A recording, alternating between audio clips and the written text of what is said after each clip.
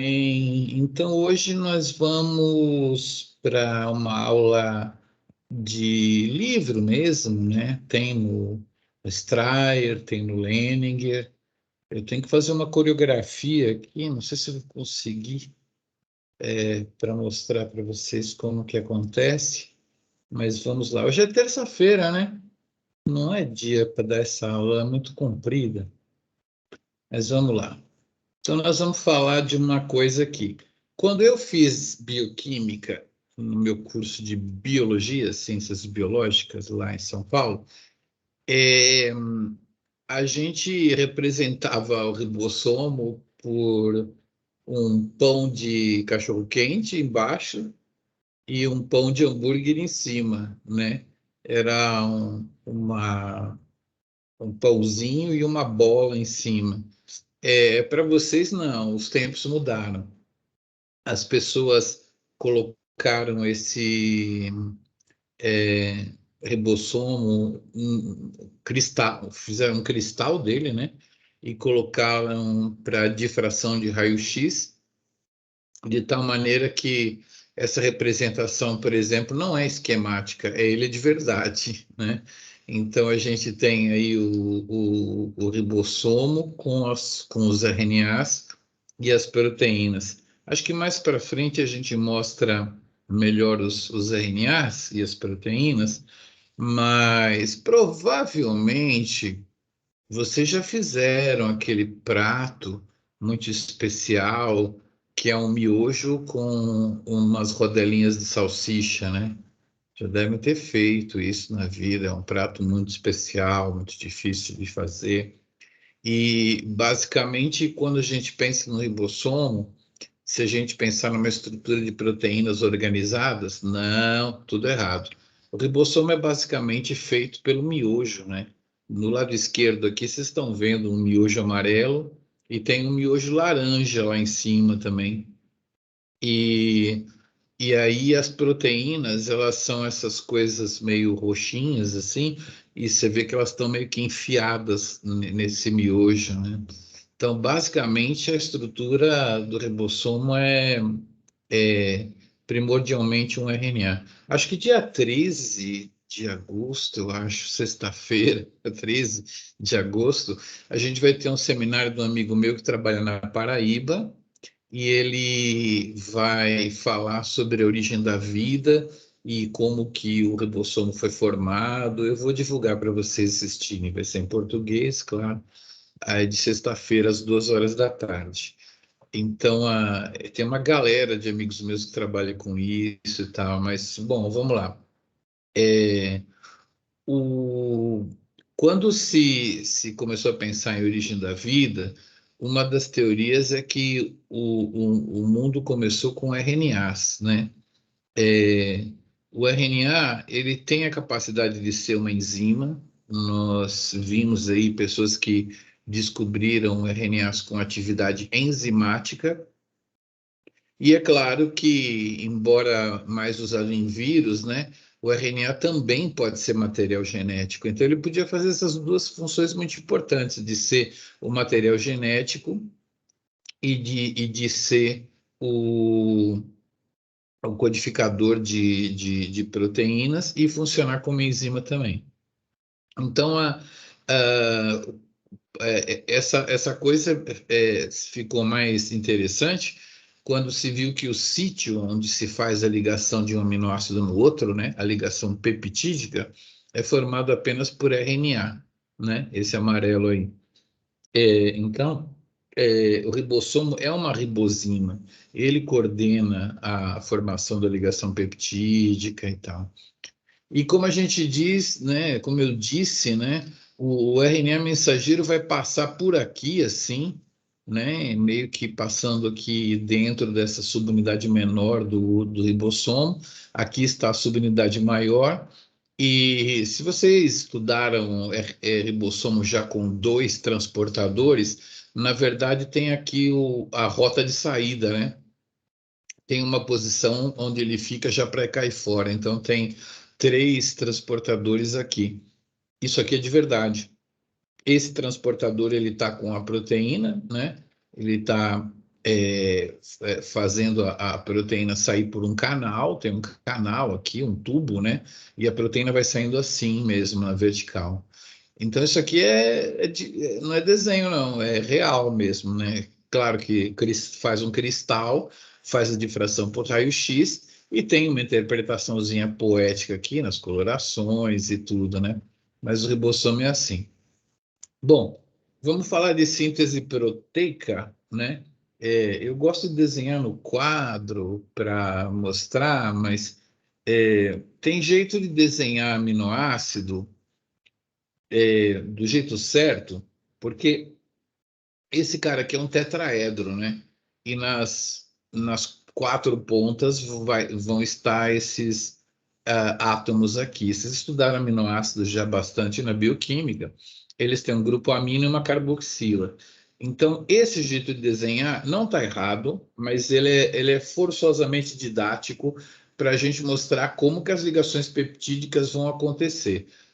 O primeiro está aqui com o grupo amino para a esquerda, a carboxila para a direita, e o segundo vai reagir, então, formar uma água exatamente entre o grupo amino dele e a carboxila do primeiro, né? Então, vai sair uma água aqui, vai sair uma água aqui, e assim vai.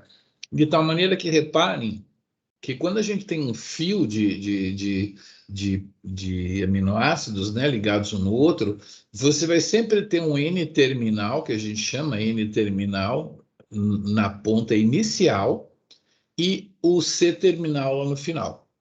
Sei lá, pode ter quantos aminoácidos for, sempre vai de N para C. Então, assim como a gente fala que o ácido nucleico vai de 5 linhas para 3 linhas, a proteína vai de N-terminal para C-terminal.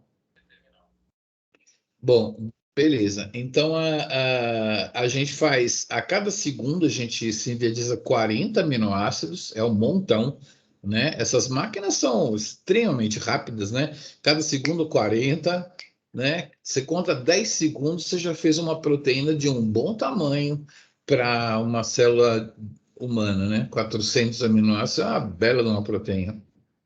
E ela faz um erro a cada 10 mil, né? Comparado com o DNA, um erro a cada 10 milhões, né?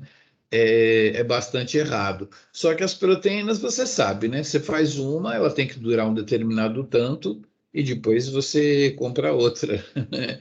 É igual você ter sei lá, qualquer utensílio que você usa, que depois você compra outro, né?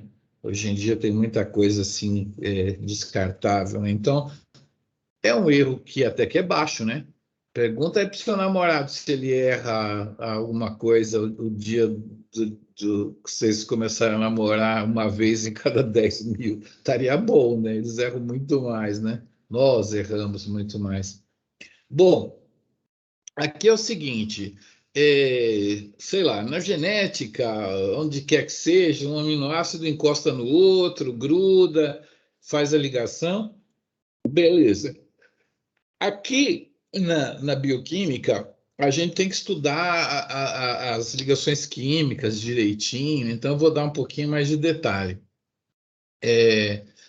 Aqui está o RNA transportador desenhado, eu vou voltar nele, mas esse OH aqui, ó, vai ligar com a carboxila do aminoácido, tá? Os aminoácidos, na hora que eles vão ligar, quando a gente desenha eles assim, mas eles vão ficar em pé, assim, com os grupos amino deles para cima, entenderam? Esse grupo amino para cima, a carboxila no transportador. Esse grupo amino para cima, carboxila no transportador, tá? Essas carboxilas aqui ficam ligadas no 3' do transportador. Então, isso é muito importante para vocês verem. Aqui, como eu falei, tem jeito de desenhar bonito, né? O carbono alfa está aqui, hidrogênio, grupo amino, carboxila, cadeia lateral, tá? Esse é o famoso carbono alfa. Vê a diferença. Isso aqui é desenho para dar aula, né? Isso aqui é desenho de verdade. Carbono alfa, tetraedro, né? E a carboxila dele está ligada no transportador, né? O transportador, coitadinho, está só, por economia de tinta, está só escrito tRNA. Mas o transportador está ligado nas carboxilas. Eu quero que vocês comecem a imaginar os aminoácidos mais ou menos assim, ó, né?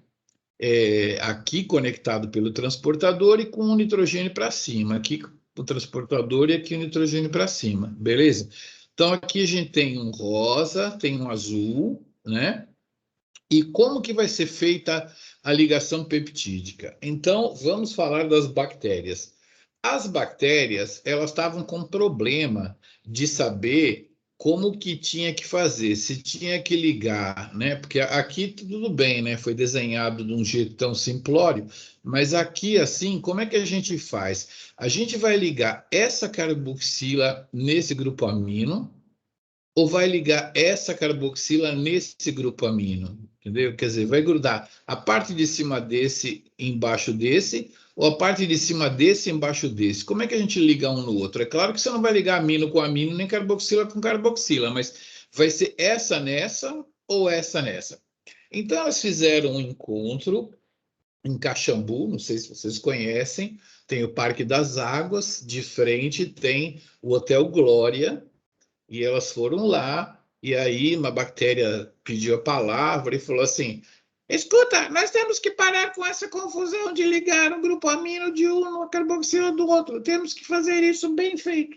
Então eu proponho o seguinte: a gente vai pegar o grupo amino do primeiro aminoácido e vai ligar um formil nele, um ácido fórmico. Vou ligar um formil aqui. Vai ficar formil metionina. Formil no primeiro aminoácido vai ter um formil aqui. Aí todas nós saberemos que é a carboxila do primeiro que liga no grupo amino do segundo. Todos de acordo, fiquem como estão. Cri, cri, um grilo, né, lá no fundo, cri, cri. Aí as bactérias resolveram, então, que o primeiro aminoácido ia estar com esse grupo quimicamente protegido, com um formilmetionina. O primeiro aminoácido é sempre uma metionina e ele estaria com uma modificação química aqui, de tal maneira que sempre vai ser a carboxila do primeiro vai ficar em cima do grupo amino do segundo. O transportador continuará aqui, mas ela vai soltar daqui e grudar aqui, entendeu? Então vai ficar desse jeito assim. É sempre assim que vai acontecendo. De tal maneira que quando ela começa a sair pelo tubo, aqui, o primeiro aminoácido é a metionina e aqui a formilmetionina está aqui, né? Está formilada aqui, está quimicamente modificado. Então, esse N-terminal, ele vai ficar para sempre quimicamente modificado. Esse é o primeiro aminoácido, esse é o segundo, esse é o terceiro, entendeu? O que vai ficando pronto vai indo para cima, porque é sempre o cara que está aqui, o primeiro fica em cima do segundo, os dois ficam em cima do terceiro. Então, foi aí o congresso de bactérias terminou lá em Caxambu, teve uma grande festa, e aí então vocês estão vendo aqui o que vai acontecer, é que o rosinha vai ficar em cima do azul, ó, tá vendo? Essa carboxila aqui vai soltar daqui, ó, vai soltar do 3'OH do RNA, e esse cara vai reagir aqui com esse NH3 aqui, ó, tá vendo aqui, ó, e aí fica o rosinha em cima do azul. Quando chega o verde com o próximo transportador, esse cara aqui vai para cima do verde, ele vai ficar sempre assim. Então, como eu mostrei lá no canal, né? A metionina, que é o primeiro, está saindo assim, tá? É bom ilustrar isso aqui agora, porque agora a gente vai falar um pouquinho mais da química e tal. Legal. Por falar nisso, a última vez que eu vi uma mandala foi numa feirinha de artesanato na frente do Parque das Águas, lá em Caxambu. Tinha uma moça vendendo umas mandalas. Não sei se vocês já viram mandala. Um negócio assim que você mexe para lá, mexe para cá, ela vai dobrando, desdobrando, um negócio meio de arames, né? Essa mandala ela tem vários jeitos de você ficar dobrando. A pessoa olha a sua sorte, o seu futuro, né, pelas formas que a mandala vai fazendo lá. E então o RNA transportador ele é um RNA. E um RNA, ele, embora ele seja fita simples, como a gente fala sempre, ele forma trechos de dupla fita. Ele se enrola um pouquinho, aí depois ele fica solto, aí se enrola um pouquinho. Então aqui está representado, por exemplo, um transportador, que é a molécula que transporta os aminoácidos, né? O 3' OH é onde vai ligar a carboxila do aminoácido, vocês já sabem. Ele tem umas partes onde tem pareamento com outras partes dele, tá vendo? Vermelho com vermelho, amarelo com amarelo, azul com azul, verde com verde, né? E umas partes que não são. Então, como que ele sabe que ele tem que ficar desse jeito? Ele ficaria igual uma mandala. Esse vermelho poderia parear com amarelo, com esse grampo. Então, quando um transportador é feito, para ele ficar desse formato, para ele não ficar grudando cada vez de um jeito, algumas partes aqui assim, ó, elas são modificadas quimicamente para marcar um pouco a estrutura dele, para ele não ter 300 estruturas possíveis, para ele ter só uma. Então, essa é a função dessas modificações químicas que são feitas depois que ele é feito pelo DNA, né? Tem enzimas que fazem isso aqui. Aqui está o nome das modificações das bases, tá? Então, tem todas essas paradinhas, mas o que importa é que são 7 a 15 modificações por molécula, e isso impede que você tenha vários tipos de pareamentos e tenha um só, porque tá vendo? As modificações acabam marcando os lugares onde vão ter as alças, né? Tá? É para isso que essas modificações existem. Só saber que tem muita modificação, uma dezena aqui, e para que serve, né? Serve para isso. Então, aqui tem os nomes dos loops, mas eu só vou falar que tem essa extensão aqui, onde fica o 3' livre, tá? Se por acaso não tiver, tem uma enzima que corta para deixar isso aqui mesmo assim, né? Geralmente os transportadores têm realmente isso aqui, ACC aqui, né? As bases com 3'. Vocês já sabem que esse 3' é para ligar na carboxila. Os aminoácidos vão estar em pé com o grupo amino para cima e a carboxila para baixo. E aqui é muito importante que é o braço do anticódon. Às vezes, quando você estuda isso, você fica na dúvida: aonde está o códon? Aonde está o anticódon? Aqui fica o anticódon. O códon fica lá no RNA mensageiro, tá? Vamos combinar. O códon no mensageiro e o anticódon aqui, tá? Beleza. Então, a galera fala que esse cara tem um formato de folha, mas só se ele for passado a ferro, né? Porque o formato tridimensional é um L, né? Assim, ó, uma espécie de L, né? Essas formando uma dupla hélice aqui, tá vendo? Isso aqui é uma dupla hélice meia boca, mas é uma dupla hélice, tem pareamento aqui. Então ele vai e vira para a direita, tá? Aqui está representado ele com os pares de base que são feitos aqui e tal. Ele tem essa estrutura aqui assim. Nesse 3' aqui vai ser ligado o, o aminoácido, né? E aqui é o braço do anticódon, que a gente vai falar já já dessa história de códon e anticódon. Muito bem, senhoras e senhores. Bom, assim, o códon, geralmente, ele paria com o anticódon, né? Então, vamos lá. Um códon que vai ficar muito famoso na aula de hoje é o AUG, tá?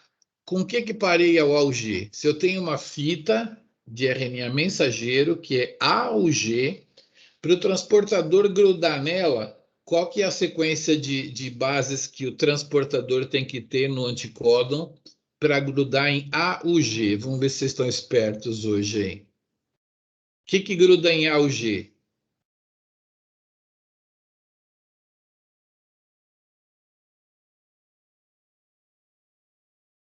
Sugere aí. AUG.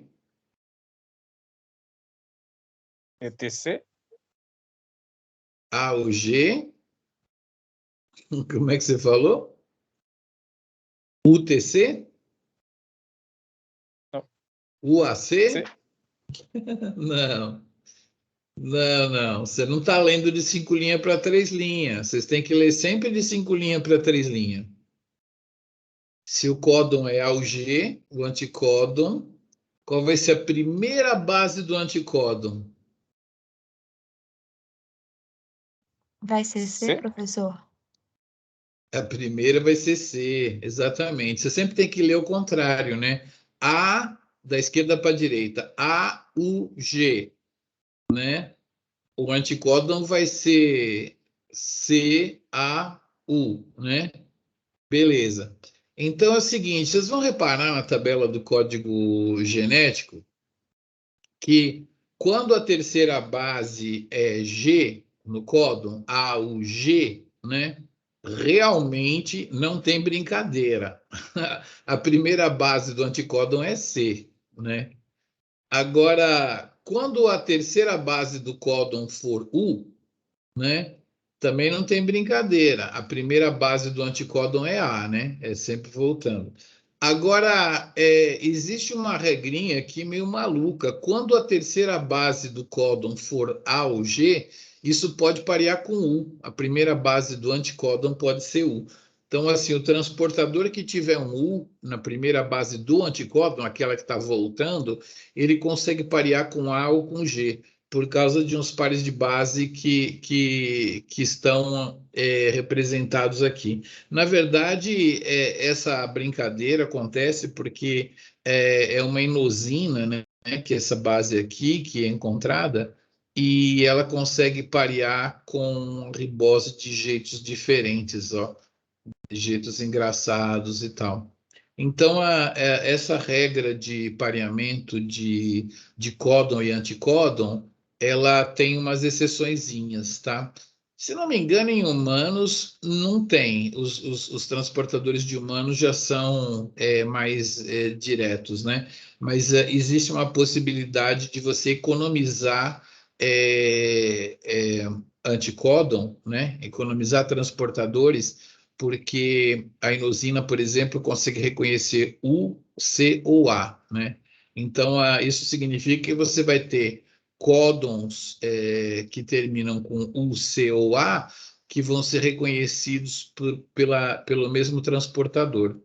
Tá? A primeira base do anticódon vai conseguir aceitar 3 bases finais no códon. Então, você não tem uma relação direta entre códons e transportadores. Você tem menos transportadores porque alguns pareamentos que o transportador faz são meio malucos, né? Por exemplo, um consegue parear com AUG e esse I aqui, que está aqui, né? Ele consegue parear com U, que é esse cara, com C ou com A, né? Então tem essas loucurinhas aqui. Só para contar para vocês. Agora é que vem a coisa mesmo, a tabela do código genético.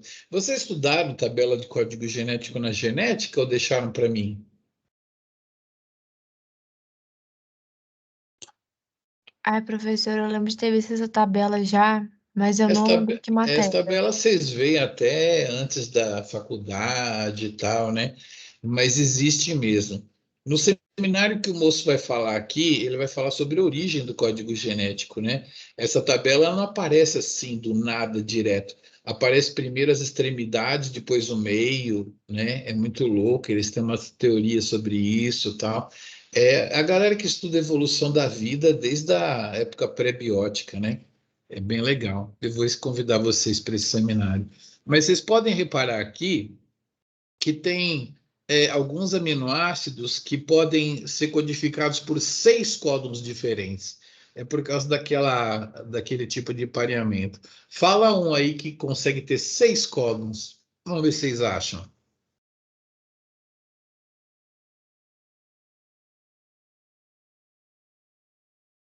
Hum?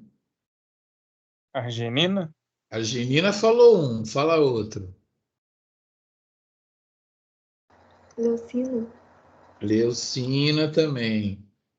Acho que tem mais um, tem não? Arginina, leucina, acho que tem mais um, estou vendo ele aqui. É que não fica muito junto, fica bem separado esse. Tem mais um que tem 6 tipos de códons. Arginina, leucina e... Não estão vendo? É serina? Serina? A serina, muito bem. Então, vocês estão vendo que existe isso. Tem aminoácidos que podem ser codificados por muitos códons. Nós vamos falar de uma vacina de DNA numa vaca, e nós vamos comentar sobre produção de interferon por bactéria, insulina por bactéria. Nós vamos comentar esses 6 códons de arginina aqui depois. Agora tem 2 aí que só tem um códon. Vamos achar aí quais são esses 2. Um códon só para eles. O resto não tem muita graça, né? Vocês estão vendo que a isoleucina tem 3, que tem um monte que só tem 2, tem alguns que tem 4. Quero ver se vocês acharem o que tem 1. Só tem 2 aminoácidos que são codificados só por um códon. É o Metionina e triptofano e metionina? Exatamente. O triptofano, inclusive, tem pouco nas proteínas, ele é codificado por um códon, então ele é mais raro e não sei o quê. A metionina é o primeiro aminoácido de toda a proteína, então é especial também. Então são os 2 aminoácidos que têm um códon só. E aqui tem uns aminoácidos, os aminoácidos não, tem uns códons que não codificam nada, né? Stop, stop, stop, a gente chama de stop, mas eles não codificam nada, né? Olha, Ambarocliopala, isso aqui é do tempo da tia Mônica lá na genética, né? Então, esses códons aqui são chamados stops e eu vou definir eles como não codificam nada. Agora eu queria saber o seguinte, né? Na verdade a resposta está lá. Mas quem é que sabe dentro de uma célula essa tabela? Quem que sabe essa tabela? O DNA, será que o DNA sabe o que é um códon? Será que o DNA sabe que A, o G significa metionina? Cara, o DNA está na dele lá, entendeu? Ele nem vai no citoplasma, não tem a mínima ideia do que é um códon. Ele tem essas bases ali nele, lá, mas ele não sabe o que aquilo serve, o que não serve e tal. Tá bom? O RNA mensageiro, ele sabe o que é um códon? Né? Ele sabe, aqui é para colocar uma metionina. Ele não sabe também, não. O RNA mensageiro não sabe. O ribossomo sabe o que é um códon. O ribossomo tem a mínima ideia. Ele monta as proteínas lá conforme os transportadores vão encaixando no RNA mensageiro, mas ele não sabe o que é um códon também, não. O transportador sabe o que é um códon? É o último a saber, na verdade, porque o aminoácido vai grudar nele. Mas quem sabe essa tabela são umas enzimas muito especiais que eu vou mostrar para vocês, que são as aminoacil-tRNA sintetase. Todas as vezes que a gente fala né? Por exemplo, isso daqui é um cetil-A, né? Um cetil-C, uma seta ligada no C, né? Aminoacil-tRNA sintetase é uma enzima que pega o aminoácido e gruda radicalarmente, né? Aminoacil-tRNA, né? Aminoacil-tRNA. Então, assim, essas enzimas são as enzimas que fazem a ligação do aminoácido desculpa, aqui o aminoácido está aqui. Cadê o aminoacil-tRNA? Desculpa. Aqui é o tRNA, né? Ele está de cabeça para baixo, danadinho, com o 3' OH reagindo com a carboxila, né? Eu mostrei ele para cima, né? Que a carboxila ia grudar aqui. Aí o desenhista fez o favor de me desenhar ele para baixo, né? Tem uma ativação primeiro, né? Um aminoácido ligado com o AMP, você perde 2 fosfatos, tem uma ativação, mas beleza, isso faz parte do mecanismo. O importante é que você vai ter a carboxila ligada no transportador, né? E aqui está a enzima, vocês podem ver que ela reconhece o lugar onde ela tem que colocar o aminoácido, né? E algumas enzimas também contactam o anticódon para meio que para saber o que elas estão fazendo, entendeu? Elas dão uma conferidinha. Espera aí, deixa eu ver se esse aqui é o transportador correto. Esse aqui é o transportador correto, inclusive aqui no anticódon está certinho, papapá. Então eu vou ligar o aminoácido o transportador da metionina e eu vou ligar a metionina nele, entendeu? Então, são essas enzimas aqui, elas se chamam aminoacil-tRNA sintetase. São elas que têm que saber o código genético. Na verdade, elas se encaixam no transportador, o aminoácido se encaixa no sítio ativo e bang, né? Então, ela faz essa reação. Mas agora tem uma curiosidade tão legal para vocês. Olha, o transportador ele é assim, né? Mas vamos dizer que eu pegue essa parte aqui assim e coloque essa parte aqui onde vai encaixar o aminoácido de frente para vocês, tá? De frente. Ele sobe e vem para você. Sobe e vem para você. Olha que interessante. A gente tem umas moléculas que se parecem muito com essa daqui, que elas vêm pelo lado direito, né? Aqui o cara está subindo e vindo para você, elas vêm pelo lado direito, são as aminoacil-terreneossintetases do tipo 1. Elas funcionam para arginina, cisteína, glutamina, glutâmico, isoleucina, esses caras tudo aqui, tá? Beleza?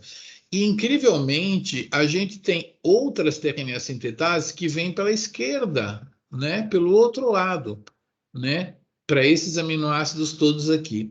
Isso aqui é uma sugestão para a galera de que o código genético ele não foi originado papum. Ele foi originado pá e depois pum, entendeu? Então, assim, ele foi originado aos poucos, tá? Assim, são bioquímicas diferentes para originar uma parte dele e outra parte dele. Chegou uma hora que foram 20 aminoácidos, que aquela tabela se congelou, e aí ficou daquele jeito, porque era daquele jeito que estava dando certo. Todo mundo que existe hoje nesse planeta é descendente desse evento aí, né? Então, beleza. Existe código genético diferente? Tem. Na mitocôndria da levedura tem uns protozoários, tem algumas diferencinhas, mas o código se universalizou, mas com certeza não é um só. Isso dá para ter uma evidência, porque as enzimas que grudam o aminoácido no transportador tem de dois tipos, né? Então parece que é duas vidas numa só. Oh, que poético. Muito bem. Olha, hoje em dia vocês podem olhar para a figura de baixo, porque vocês têm cristal do ribossomo. Eu, na minha época, tinha que rodar isso numa centrífuga. É uma centrífuga que tinha um rotor, que tinha um buraquinho no rotor, onde você podia pôr uma espécie de uma luneta e ver as coisas passando enquanto estava centrifugando. E a gente punha no microscópio eletrônico, isso aí depois que separava, e a gente via as subunidades dos ribossomos, né? S é a constante de sedimentação de Svedberg, tá? Então, assim, essa partícula, ela ganhou o nome de 30S e é a subunidade menor, tá? A subunidade maior, ela tem uma constante de sedimentação de 50S, então é a subunidade maior que está representada aqui, né? Essa aqui é a maior e essa daqui é a menor. Está escrito aí? 30S, 50S. Beleza. E quando as duas estão centrifugando juntas, ela tem, é claro, né? Tem um negócio aerodinâmico lá, liquidinâmico, sei lá como fala, que não dá 80, dá 70S a constante de sedimentação dele. Mas isso é bobagem. O que importa é que a gente chama de small e de large. Como eu falei para vocês, a subunidade large aqui, ó, ela é um miojo, que é o RNA 23S, mas espera aí, esse aqui é 50S, né? É. A 23S tem um cara laranja aqui que eu não estou conseguindo enxergar porque estou meio cego hoje. Vocês estão vendo um cara laranja aqui? Tem um cara laranja aqui em algum lugar. Deve estar meio Nessa aqui. do meio aí eu consigo ver, mas Na na do primeira. meio dá, né? Aqui não tá dando para ver, não. Beleza, achei que era que tava meio cegueta.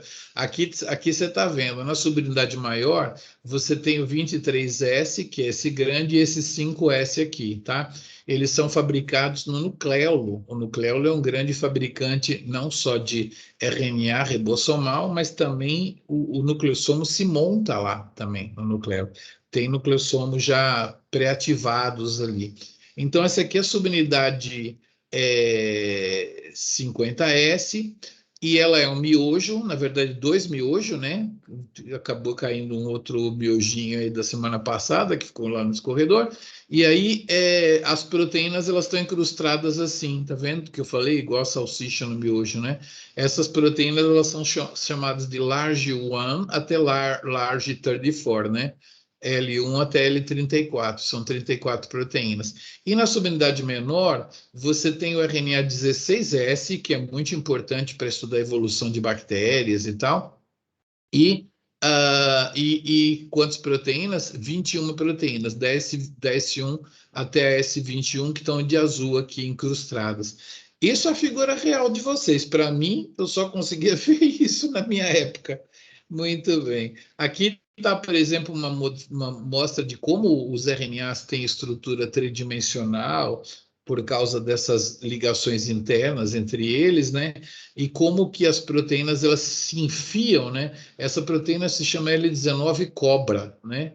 Parece a cabeça de uma cobra, ela se enfia assim naquele miojão, assim, né? Entendeu? Então, essa é a característica de um ribossomo mesmo. Muito bem.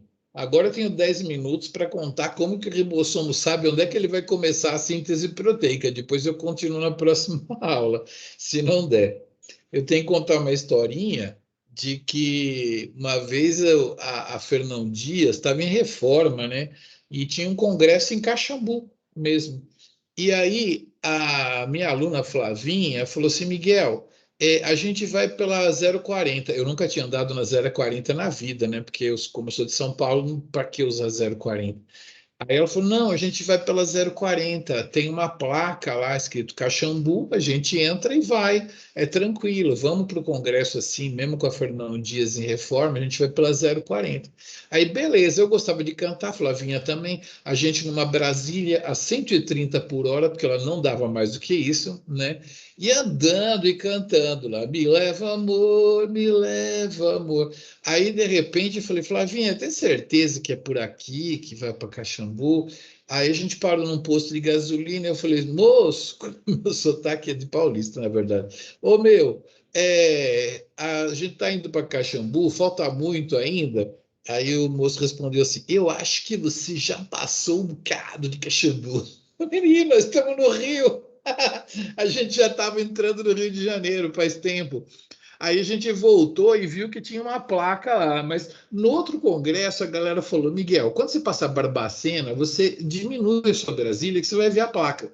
Aí a gente foi no outro congresso, passou Barbacena, a gente diminuiu, a gente viu a placa. Tudo isso para contar para vocês que tem duas moças que descobriram o consenso de Kozak, a Marilyn Kozak, e eu nunca lembro do primeiro nome da primeira moça.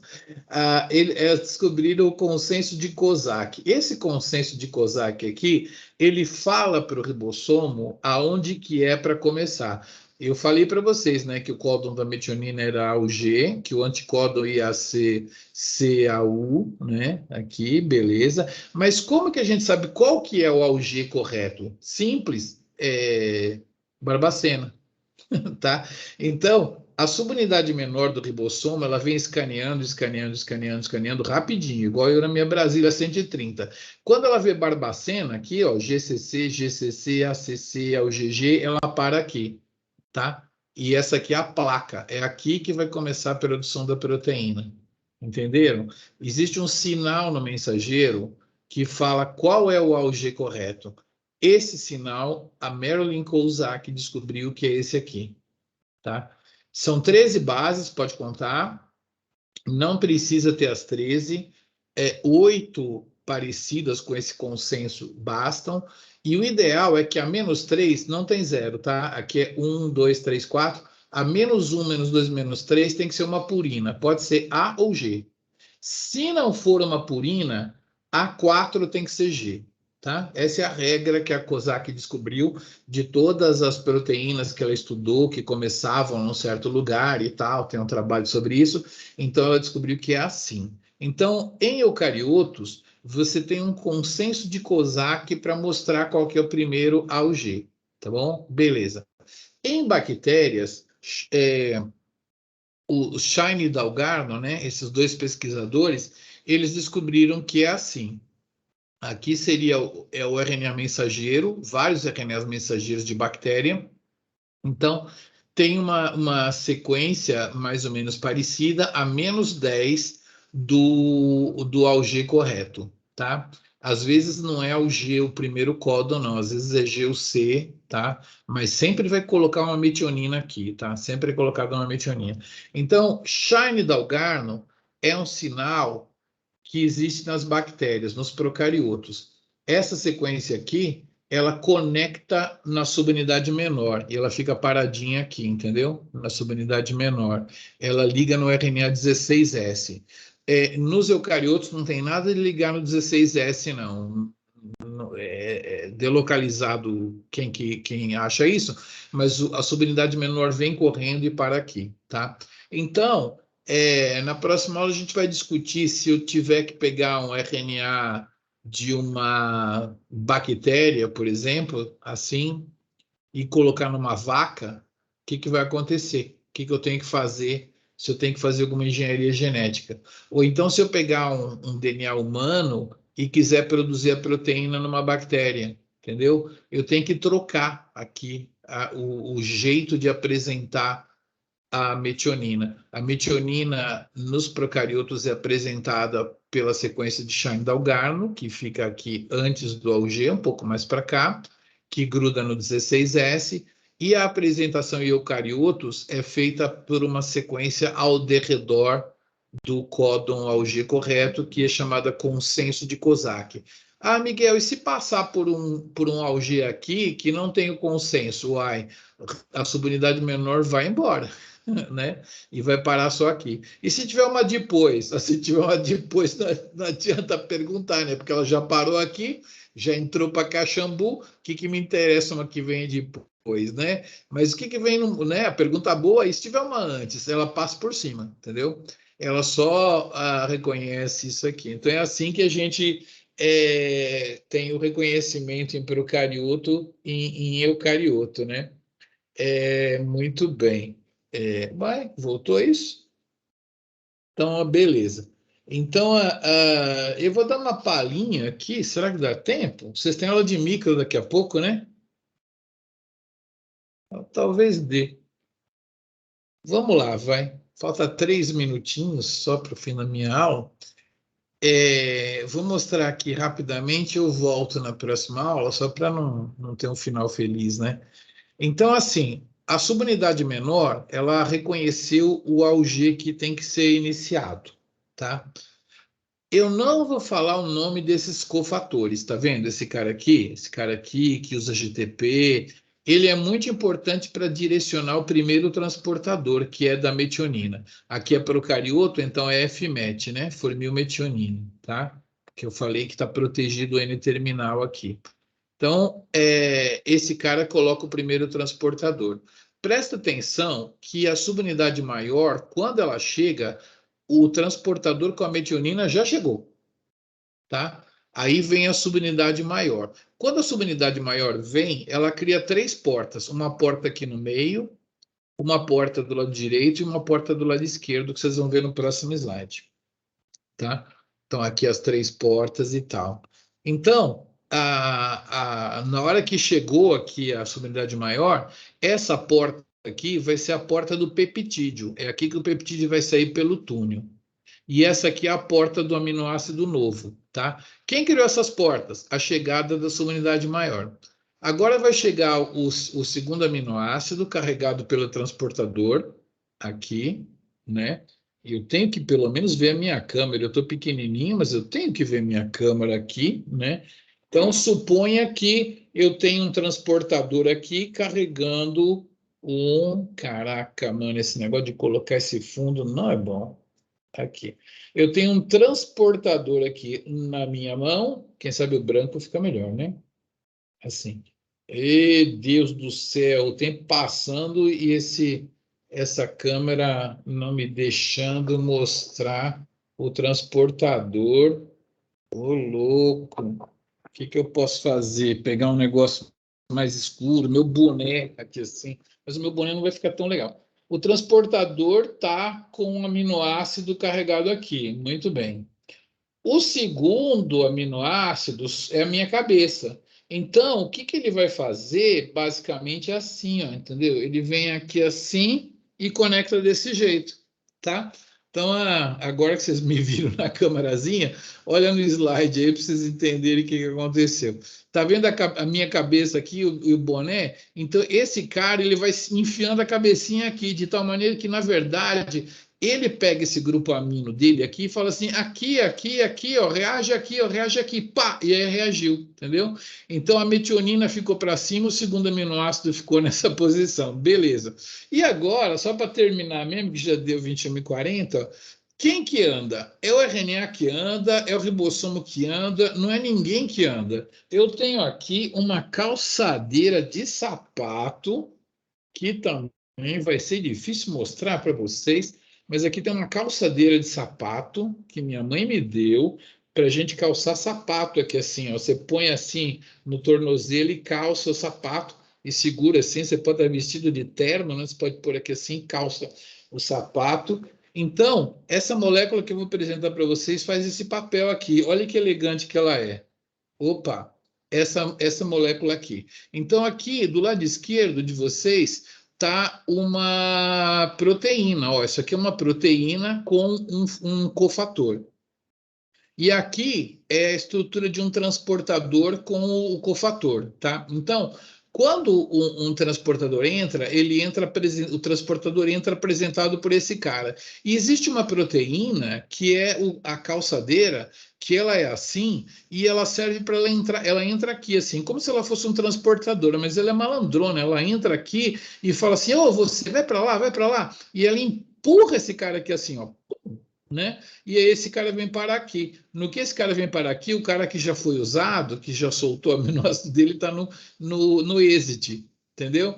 Então não é o ribossomo que anda, não é o mensageiro que anda, é essa calçadeira que faz assim, vai para lá, entendeu? Vai lá, sai daí. E aí depois a história continua, né? Assim, o verdinho veio aqui, cabecinha, fez aqui, andou para cá, e aí depois o azulzinho saiu, né? Que ele está no exit, ele sai fora, e agora vai entrar um outro aminoácido aqui, ele vai botar a cabecinha aqui embaixo, a cabecinha, liga em mim, vai ficar de ladinho, a outra proteína vai fazer brum, tal, e assim vai. E aí na próxima aula eu discuto com vocês o resto da síntese proteica. Deixa eu guardar aqui para a minha gravação por hoje e eu vou continuar desse slide na próxima.